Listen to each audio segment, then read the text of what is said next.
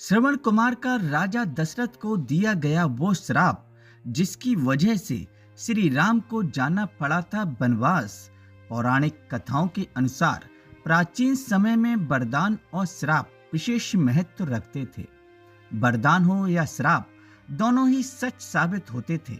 ऋषि मुनियों या किसी खास व्यक्ति के किसी इंसान पर अति प्रसन्न होने पर उसको वरदान दिया जाता था और किसी पर अति क्रोध आने पर उसको श्राप दिया जाता था। आजकल पूरे देश में अयोध्या के राम मंदिर की चर्चा है। पूरा अयोध्या श्री राम की भक्ति में डूबा हुआ है। इसकी वजह से 22 जनवरी को रामलला की प्राण प्रतिष्ठा हुई। भगवान राम के स्वागत के लिए राम भक्त देश के कोने कोने से अयोध्या पहुंचे थे। आज के लेख में हम आपको अयोध्या से जुड़ी रामायण के श्राप की कहानी बताने वाले हैं। वो श्राप जिसने रामायण की कहानी को पलट कर रख दिया। पौराणिक कथाओं के अनुसार प्राचीन काल में वरदान देना या श्राप देना चलन में था। अच्छे और नेक कार्यों के लिए प्रसन्न होकर आशीर्वाद के रूप में वरदान दिया जाता था और वहीं किसी के गलत या धर्म के विरुद्ध कार्यों के लिए श्राप दिया जाता था। रामायण में भी ऐसे ही कुछ श्राप का जिक्र किया गया है। इन श्राप के कारण ही रामायण की पूरी कहानी ने एक अलग मोड़ ले लिया था। आइए जानते हैं वे कौन से श्राप थे जिन्होंने रामायण की कहानी ही बदल डाली। श्रवण कुमार का राजा दशरथ को श्राप। दोस्तों, रामायण कथा के अनुसार श्री राम के पिता राजा दशरथ को शब्द वेदी बाण विद्या का ज्ञान था। इस कला में बिना देखे सिर्फ आवाज सुनकर ही लक्ष्य को भेदा जाता है। इस कला में राजा दशरथ निपुण थे और इस विद्या का प्रयोग जंगल में जंगली जानवरों के शिकार के लिए किया करते थे। कथाओं के अनुसार एक बार राजा दशरथ जंगल में शिकार के लिए गए।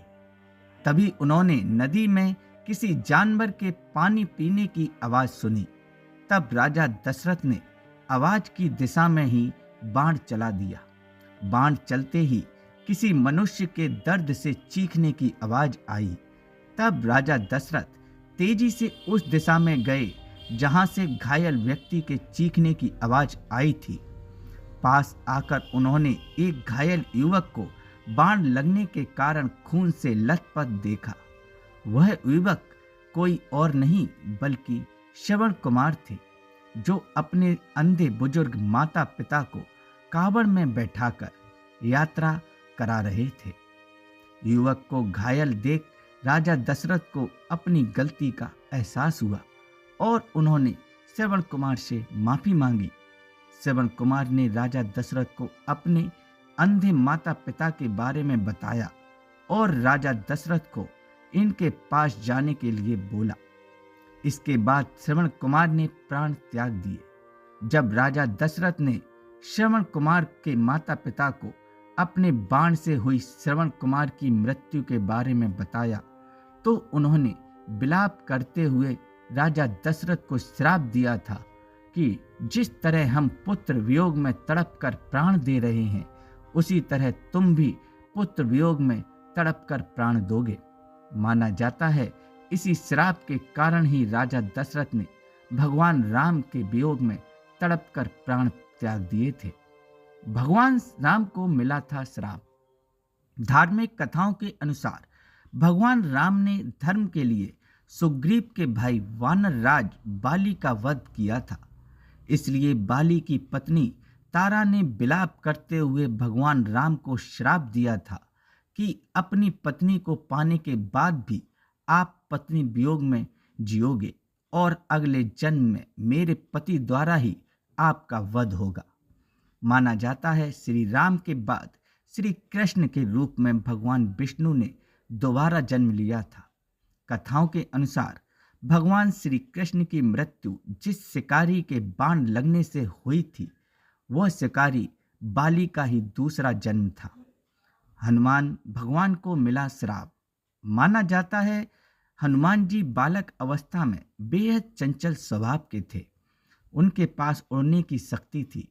वे इधर उधर उड़ते रहते और तपस्या में लीन ऋषि मुनियों को परेशान करते रहते। तब उन ऋषियों ने श्राप दिया कि तुम अपनी उड़ने की शक्ति को भूल जाओगे। जब कोई तुमको तुम्हारी इस शक्ति की याद दिलाएगा तभी तुम दोबारा फिर से उड़ पाओगे। इसी श्राप के कारण हनुमान जी उड़ना भूल गए थे। लंका जाते समय जब समुद्र पार करना था तब उनको उनके उड़ने की शक्ति का एहसास कराया गया, तभी वे समुद्र पार कर पाए। दोस्तों, ऐसी ही जानकारी लेने के लिए चैनल को सब्सक्राइब जरूर करें। धन्यवाद।